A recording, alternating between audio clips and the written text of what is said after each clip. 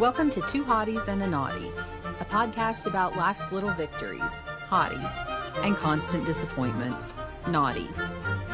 Here are your hosts, Michael Beck, Hicks, and Dwight Slappe.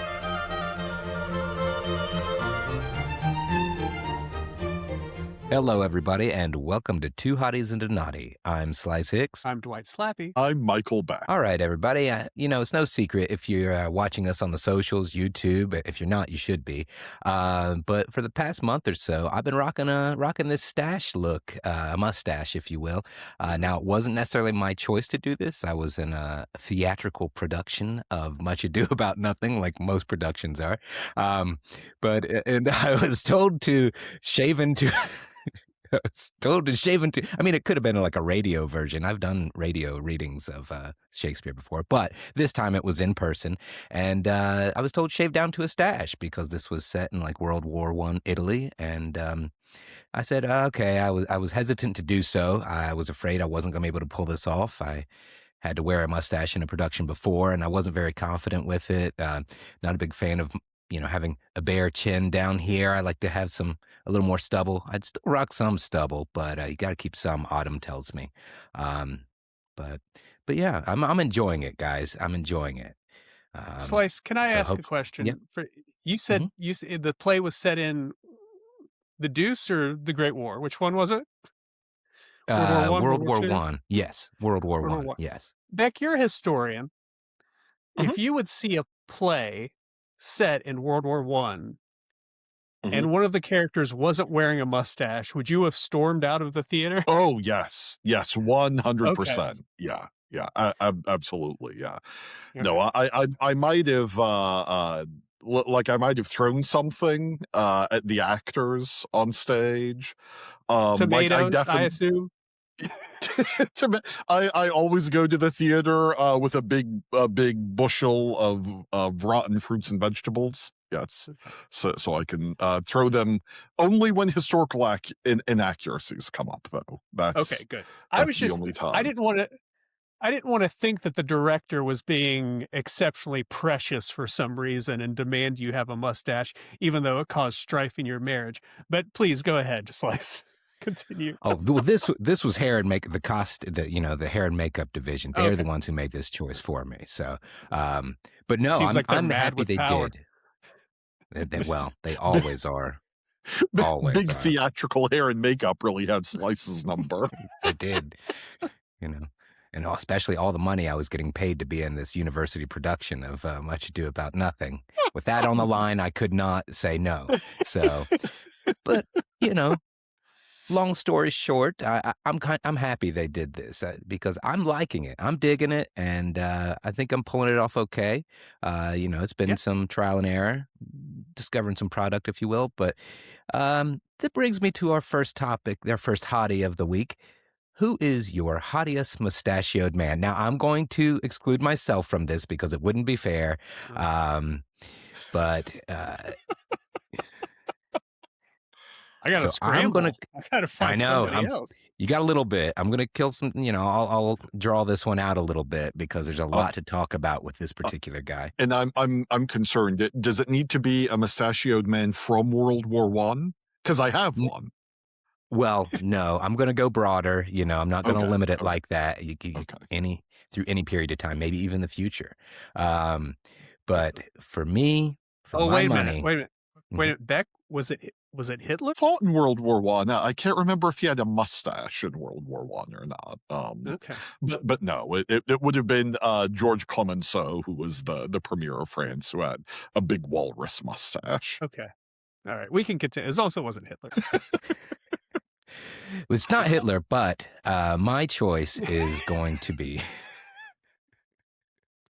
the one and only Sam Elliott. Now, this magnificent man, what can I not say about him? What's going on here? If I don't like to say manliness personified or anything like that. I hate to put a tag on it like that, but to me, Sam Elliott, the humility, but the strong presence, that beautiful voice, that beautiful stash.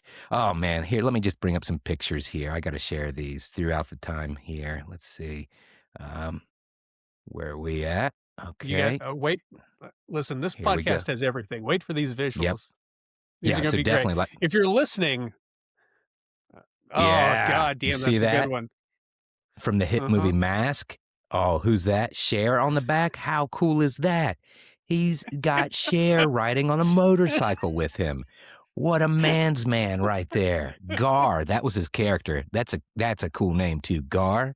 Oh, Gar? Yeah. Hey, look at Gar. That was his name in the movie Mask. But he was great. You know, when I was a kid and I first saw, this was my introduction to Sam Elliott, was the movie Mask, because my aunt, who would watch me sometimes, had a massive crush on Sam Elliott, and how could she not?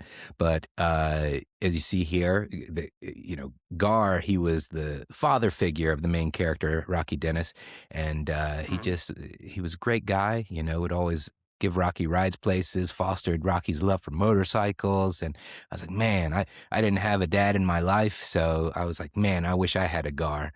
And then look here. Wait, you see this? Beck got kicked out. Beck is kicked out of the street. Oh, man. Mamma mia. Oh, I'm going to keep going. Beck will be back in a minute. Yeah, that's all right. We're just going to keep going here because Beck has been replaced by Sam Elliott. But I could wake up to this every morning. Woo, woo. Okay. A young Sam Elliott right here. It's Do a you see great that stash? That's a phenomenal stash. So good. Oh, and even with like a fine wine. You see that? Exactly. This shot came from after 2 years in a row he was voted Glamour's sexiest man alive. 2 years in a row at 77. My God. And who could forget? Who could forget the stranger? That voice. If Sam Elliott could narrate, he could narrate anything for me, and I would listen. And last but not least, a little bit of this. Let's have some fun here. You see that shirt? I need to get that shirt. So if you're listening and you're you're missing out here, but it's Sam again from the movie Mask with his character Gar, and he's got a shirt on that says Mustache Rides. So yeah, that's all that needs to be said there. But no, Sam Elliott, wonderful human, fantastic mustache, and that's my guy. What about what are your guys' takes on Sam Elliott? You got a favorite Sam Elliott movie or character? Yes, I do. Sam Elliott is great as General John Buford in the 11-hour-long film Gettysburg. He's great as the cavalry general who sort of identifies, oh yeah, this would be a good place to pitch a battle against the invading slaver army in Pennsylvania, and his mustache won the war for the North. It was great. Yeah, it was great. With a stash like that, how could you not be in that movie? I mean... and like you're up against some formidable facial hair in the mid-19th century. You know, like that's all those Southern generals had beards. And the Northern generals and soldiers, some of them had like 6 or 7 beards. Like it was it was a hairy time. That's how they won. Yeah. Anytime he's rocking the stash, it's great. You showed a picture from The Big Lebowski. He's just tremendous there. Anytime the man shows up, he's got a little run on Justified where he's got the stash. It's great. I'm just a big fan of the dude. He did a couple years ago, really MF a bunch of people who were shooting Westerns outside of the Western US. Like they were being shot in Australia or wherever. And I hate to break it to Sam, but some of the greatest Westerns ever shot were not shot in the United States. So he sort of pulled that back a little bit, but it's all right, Sam. Sometimes you gotta leave your state to shoot a movie. I'm sorry. You know.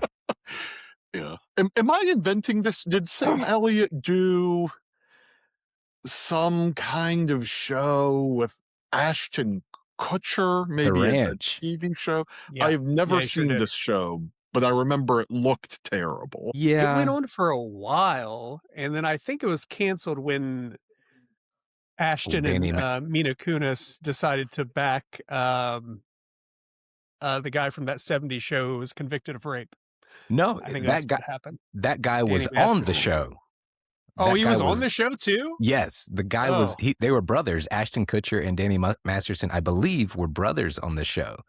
Now maybe I'm making that part up. Let me just fact check I think myself. You're right. Now that you say it, I think that's right.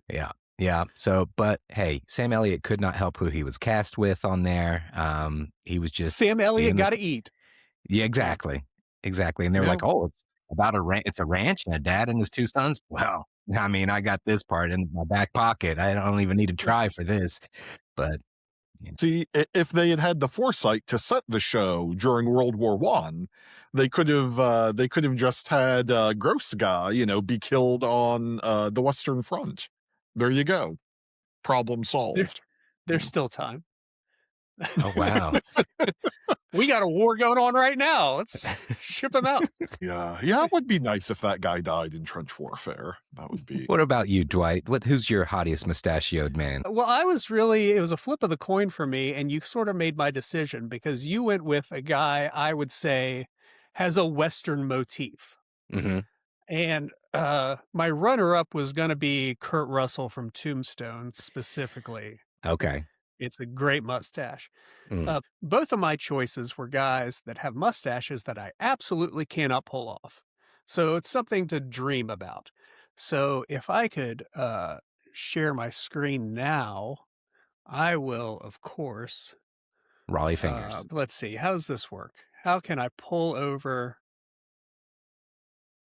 Nope, I'm just getting an ad, aren't I? That's just an ad.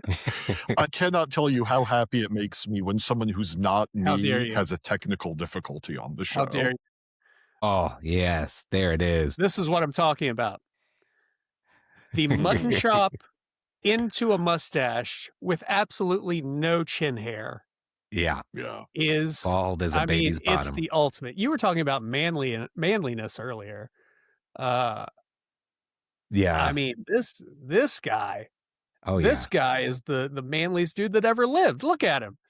With his old Navy, with his old Navy tattoo and his championship belt, and hair too. is sort of perm. Nothing's manlier than a perm. But how do I stop sharing? Stop. There we go. It's back to me. Look at that technical wizardry. And I have no chin. I am a chinless wonder over here. So if I tried to do that, it would just be my mouth and then like some fat. That'd be here. So I mean, when you look at where the dark spots of my beard are, it actually wants to do this. It's begging me to sort of do this. It's already traced the outline for you. Yeah, it's right there. It's the mustache, back into the mutton chops. Mm-hmm. But of course, as we've all done, experimented in the mirror. What can I get away with? I tried it once, and I lost all respect for myself. So I have to not do this. But rest in peace to the magnificent Harley Race. That was Dwight's wrestling corner too. It serves both purposes. I love a 2-for-1. What about you, Beck? Sorry. Slice, but when you sent this topic out, you said you thought you knew who I was going to choose. Who did you think I was going to choose? I was wrong. I thought for sure you were going to go Freddie Mercury. So I thought about it because that's when Freddie achieves his most greatness, when he fully embraces who he is and rocks that stash. Yes. Yeah. That is mustache apotheosis. Mm-hmm. Yes. Yeah. But I thought I'd be more personally aspirational. So that's why I went with Harley Race. I dig it. That was a great selection. That's a tough act to follow, Beck, but what you got for us?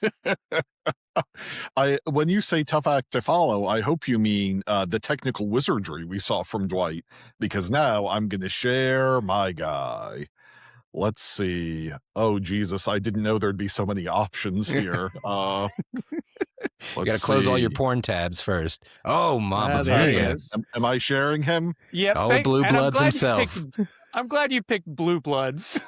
Tom Selleck has the picture. Like an old Talking basset about hound. his peak form. Right. Blue Bloods. This was the first photo I could find that didn't have like stock photo watercolor on it. So here we go from the man's own Wikipedia page. History's greatest mustache and handsomest man, Tom Selleck. I do not endorse his political views or weird cop show that he was on for a long time. But Magnum PI is a great show, and Tom Selleck looks like he's having the time of his life in every single episode, and most of that fun is because he has that awesome mustache. Yeah, like there's nothing more to say. It's like a conversation ending mustache. You know, I wear a beard because I don't like to shave, and because my wife likes it, and because it sort of creates the illusion that there's a difference between my head and neck. Like what I'm doing over here on my face and what Tom Selleck is doing on his face, and like we're not even the same species. We're not even the same phylum, you know, like we're like this mustache is magnificent. Yeah, I will say, if you Google mustachioed men, Tom Selleck is going to be your top hit right there. Now, when I was a kid, though, I used to always get Tom Selleck confused with Burt Reynolds. Anybody else? Just me? I mean, I was a little kid. No, I knew who they were. But I mean, maybe the two all-time greatest mustaches. Like if you would sample random people who's got a great mustache, I think those might be your two leading answers. Yeah. No arguments here. Yeah, no, but Burt Reynolds also has a very good mustache. I thought of Tom Selleck first. That was the immediate person I thought of when Slice said your hottiest mustachioed fella. And and sometimes you've just got to go with the classic. Like sometimes you want that diet Code Red Mountain Dew. Other times you just want Coke Classic. You just want the soda that everyone enjoys. Nobody could rock a stash in those short jean shorts like Magnum PI, baby. Who do we think is the Hawaii? diet? The show is in Hawaii. It's wonderful. It's great. Who do we think is the diet Code Red Mountain Dew of mustaches? Ooh, okay. Okay.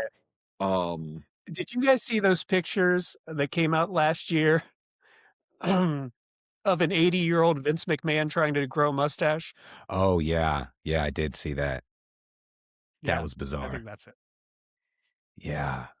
He looked like a 90s movie villain when he did that. I don't know. Just bad hair and makeup.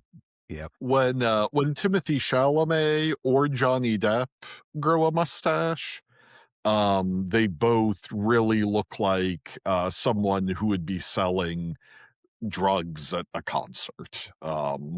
And I'm not even going to try to make a joke about it. That's what they look like. So my nomination is one of the two of them. Don't worry. As soon as I tried to show this, another ad popped up. Everything's going great. Everything's going great. Oh, there it is. Oh, Mama Mia. Oh.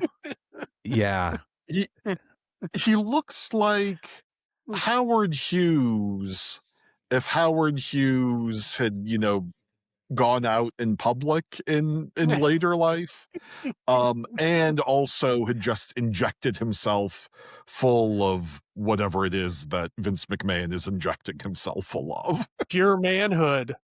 And steroids. Sorry, I forgot about the steroid. I assumed that Howard Hughes and Vince McMahon would be friends if they were both still alive.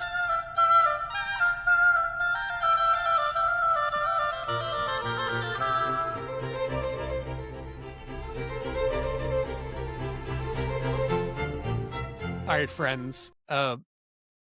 Spoiler alert for our next segment, but Beck also has a hair category. And since you both had hair categories, I thought, well, what what the hell can I talk about that's related? And the first thing that came to my mind was hair of the dog.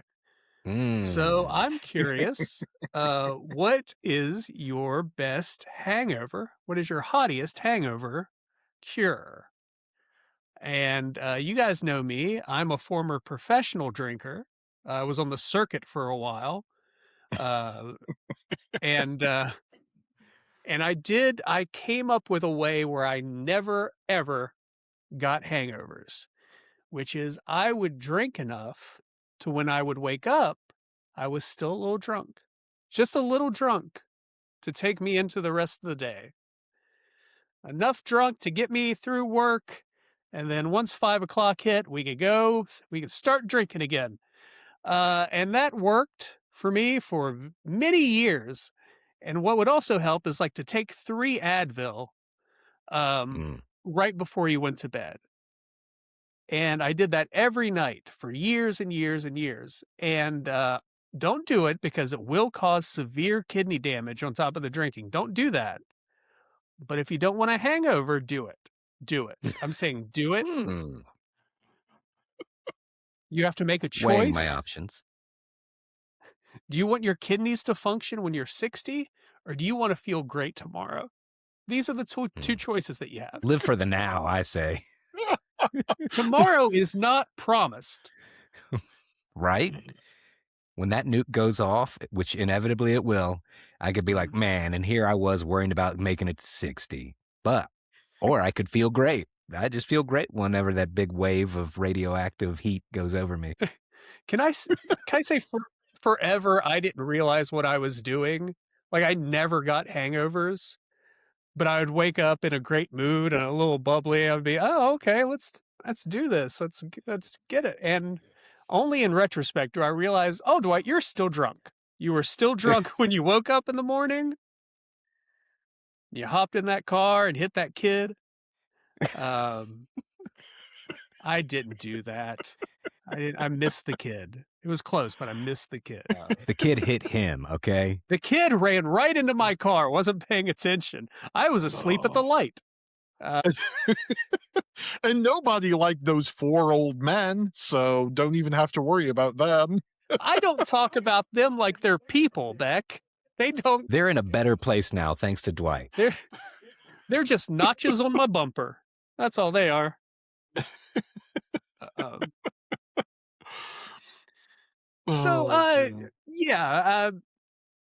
We could talk more about other options. But Beck, do you want to give your best hangover cure first? Sure, yeah. Well, like Dwight, I did some years on the circuit, and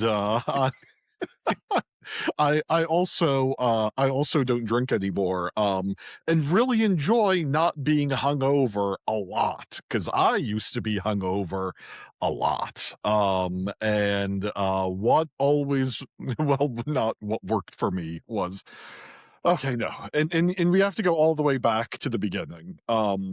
The best hangover cure depends on how hungover you are, because sometimes what you really want is like, oh, that full English breakfast.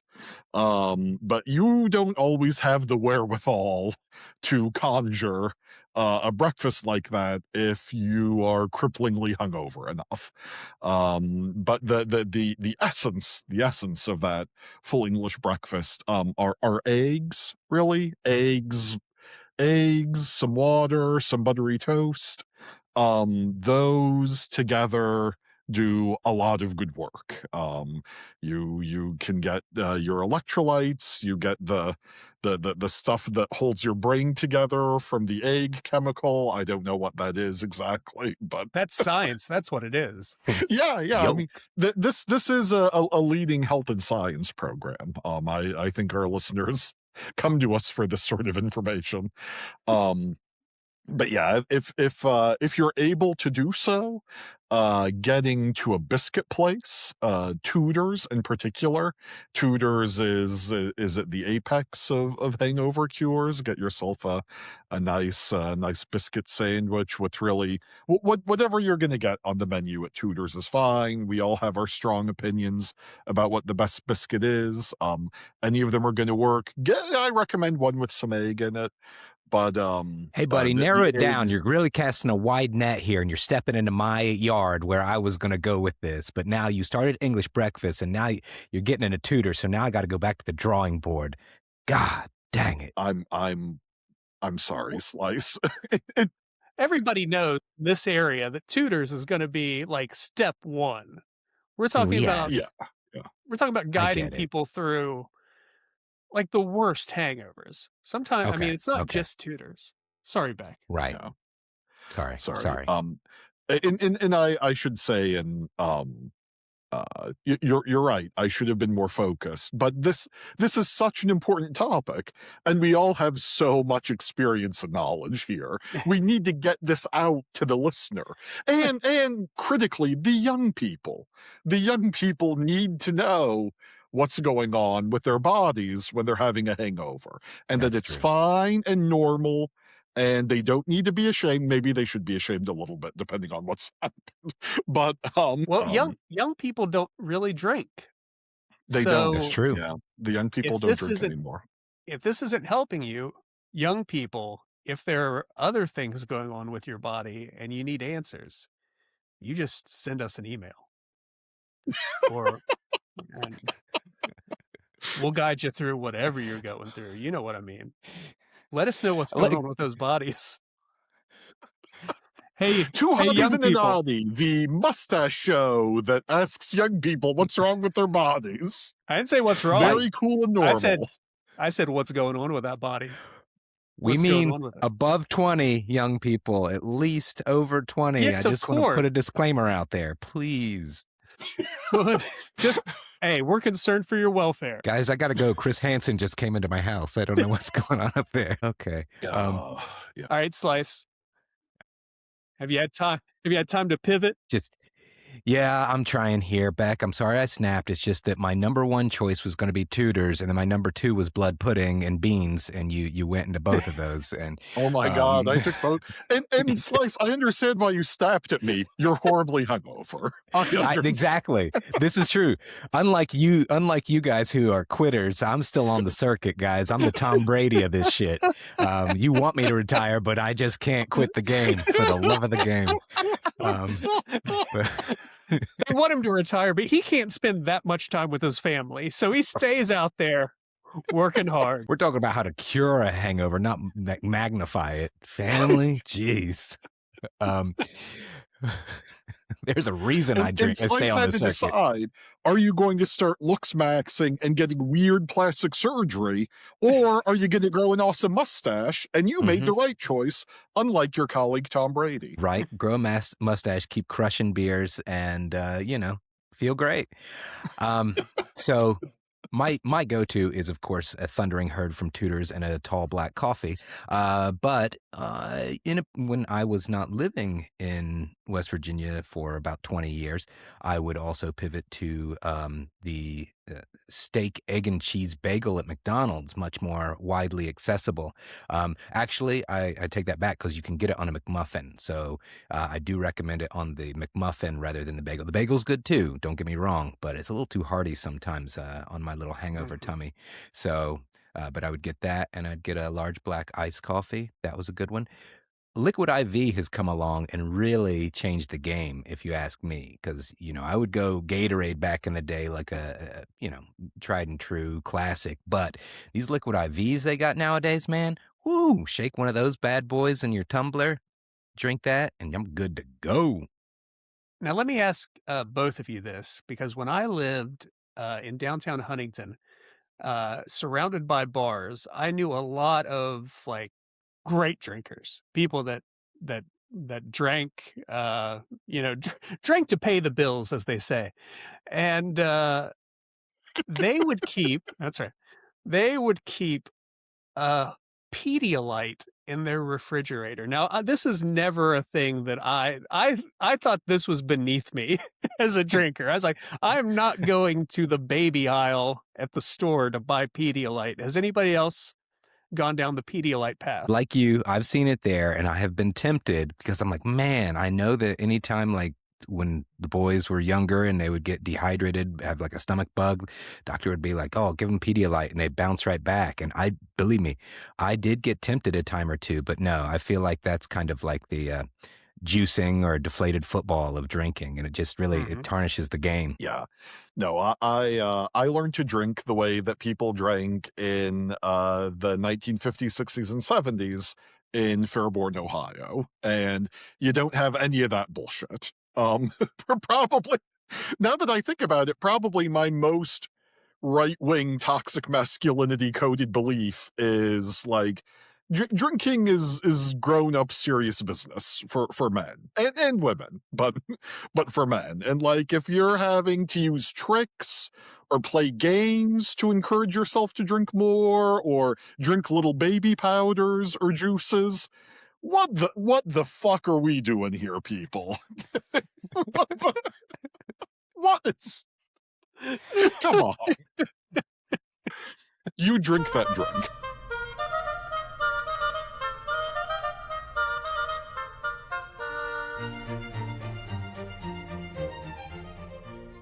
Welcome back, everyone. Did you have a good break? I hope the break was restful and meaningful for you.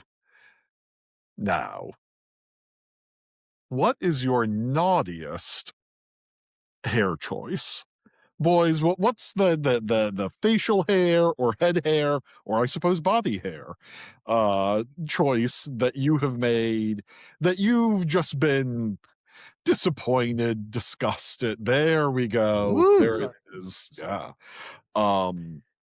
That'll get them to YouTube, guys. All the chest hair I'm showing right now. Oh yeah, our viewership just went through the roof. Or we're gonna get tagged and throttled because of pornography. So that's anyway. My naughtiest hairstyle choice was when I was a little bit too old to do it. I grew my hair really long. And I did it, once I'd gone a while and like was due for a haircut, and I decided I don't want to get a haircut. I have never really enjoyed having to go get haircuts until recently. Now I see this woman who's fantastic. Her name's Sarah. If you live in Lynchburg, you should get your haircut by her. She does great work. But my hair was a little long, and I decided I'm going to let it go. And then a little bit later, I'm going to let it go, until eventually, like, you start having something that's hitting your shoulders. Then I started deciding, you know what? I'm riding this train straight to hell. We're going to see what's going to happen. I'm going to grow this hair long enough to donate. And that's what I did. And this was all around when I was 30. This is also around when I started going out with my current wife. So everyone who thinks that Crystal is perfect, she did fall in love with a 30-year-old white guy with long ass hair. So you can't hold that against her. Yeah. And just, I don't know, I didn't really care for it the right way. Like I should have been conditioning and still getting trims, to get rid of it. I didn't do any of that crap. I mean, I bathed and shampooed and everything, but nothing beyond what I would ordinarily do with hair. And, yeah. And I am not going to return to it. But it was fun to be Jesus one year for Halloween with that long hair. So... Yeah, we have that pic. We'll throw that up on social media at some point. I believe the pic is you holding a cupcake and also flipping people off, I think is the picture. Yes, well, as he does in Matthew 13, 5 through 7. Yeah. It was at a Halloween / Beck's birthday party. Yes, it was. Yeah. He wasn't just randomly Jesus one day. It was a Halloween party. Or maybe I just dress as Jesus on my birthday. maybe. It's your day. Yes, it is, my son. Yes, it is. Yeah. So, Dwight, no, Slice. Mm-hmm. Yes, Slice. What's your naughtiest hair choice? Well, I made a lot of them, guys, and from long hair also, but that I did mine in my responsible like teen years of high school, and even braided it at one point, but it had undercut bowl cuts, a number of them. That's kind of why God struck me down, and this is all I have left, because he's like, you are really, really screwing this up big time. Let me do you a favor and just take it away. But the worst ever is, it was kind of in my control, but I was a lot younger. I was a kid, and I rocked a rat tail, a rat tail, like a long rat tail too. Now, rat tails, are they pretty much nationwide? Because I know we have a big listenership out in California and everything, but do they have rat tails out there, right? But if you're not familiar with what a rat tail is, if it's 1991, I think they do. Right? Okay, but yeah, it's your standard Jedi issue Padawan. Yes, that's exactly it. And I had that forever, and everything else was pretty much buzz cut, and I had a rat tail. It was gross. It was terrible. I mean, yeah, it was not even like front bangs or anything like that. It was just buzz and then a freaking rat tail down the back of my neck. And then when I got it cut, it was probably, I don't know, it's probably like 7 or so inches long, and my grandma, I think, still has it upstairs in an envelope somewhere. Yeah. So Slice, how old were you during this this rat tail? 33. I think I was. You know what? The crazy thing is, I could actually grow it back. That's an area where I do have some. Maybe that's next year. The mustache and a rat tail. That's next time Autumn complains about the mustache. You got to say, "Fuck, it could be a rat tail." So you need to back off. Exactly. You need to step off real quick. Are the old rats coming back? I was probably about, I'd say 9 when I rocked the rat tail. So yeah. It was early, like it was 1990 or 91. And there I was with my bright ass Ocean Pacific hot pink neon shirt and those lime green shorts and rocking the old rat tail with my British Knights. Every adult who is responsible for this should be put in jail today in 2026. Well, most of them are dead, so miss you, Mom. Good riddance, Slice. Good riddance. Who will spare Southern Ohio from the scourge of the rat tail? Other than the Grim Reaper. No, the rat tail is a native species of Southern Ohio. You cannot eliminate the rat tail. The environmental consequences would be dire. Right. It's part of the habitat, the Southern Ohio habitat, the ecosystem. Can't thrive without it. Mountain Dew and rat tails. Growing up in Dayton, Ohio, I definitely had some classmates who had rat tails circa 1990, 90. Horrible times. Dwight, what's your naughtiest hair choice? Well, you say choice like it was my choice. But when I was around Slice's age, I did have a giant mullet. Like, nice. Waterfall Billy Ray mullet. But I don't even think that's the worst. The worst haircut I've ever had has happened. It's happened to me twice. And you guys have been to, especially barbers when you're young. Your dad, my dad would take me to the barber as sort of like this bonding experience, but you don't make an appointment with the barber. You just do the walk-in. So inevitably, the little kid, at all barber shops, there's one guy that's drunk all the time. Every barber shop has this guy. It's pretty easy to spot when you walk in because he doesn't make eye contact and he groans a lot. Those are the two things. So my dad took me for the haircut. I sit down with the drunk, of course, because he has no appointments on the books. He gets all the kids that come in. And this guy, I get the haircut. I don't want to be there. His breath smells bad. I leave. My dad thinks everything's fine. We get home, and my mom notices that he has not cut one side of my head. He has just cut this side of my head, and this side has remained untouched with like half the mullet there. And yeah. So that's the worst haircut I've ever had. And then when I was in college, went to a place near where we all lived named Frank Fiscardo's Barbershop. And that place too, it wasn't Frank, but Frank employed a guy that was definitely drunk all the time. And my first college haircut, where I walked in and was like, I'm going to get a haircut from this guy I don't even know. All right, he walked in, this guy cut my hair and forgot to cut one half of my head. It was the other half this time. But 10 years later, a different drunk guy forgot to cut half of my hair. And I was so frazzled by it, I went home. I was like, oh, maybe it's styled weird. Maybe he styled it weird. And I washed my hair and I was like, no, he didn't touch one fucking. And so I walked the block down the street and said, excuse me, sir.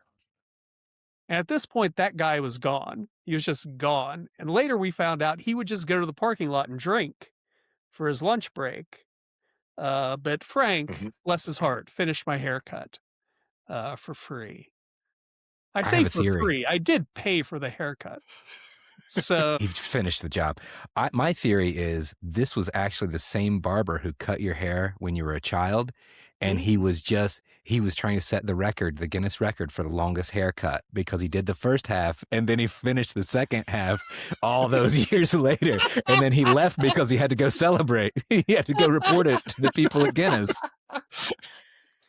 There was a guy in a tie just taking notes and watching us as we did it. There it is. And then I had to initial something. It was crazy. Yeah. It was fun, though, when they would offer you a paper cup full of 10 high when you went into that barber shop. Here you go. We're all having these. Two Hotties and a Naughty, brought to you by 10 High. We are the 10 High of podcasts. It's not true. 10 High is much more popular than we are.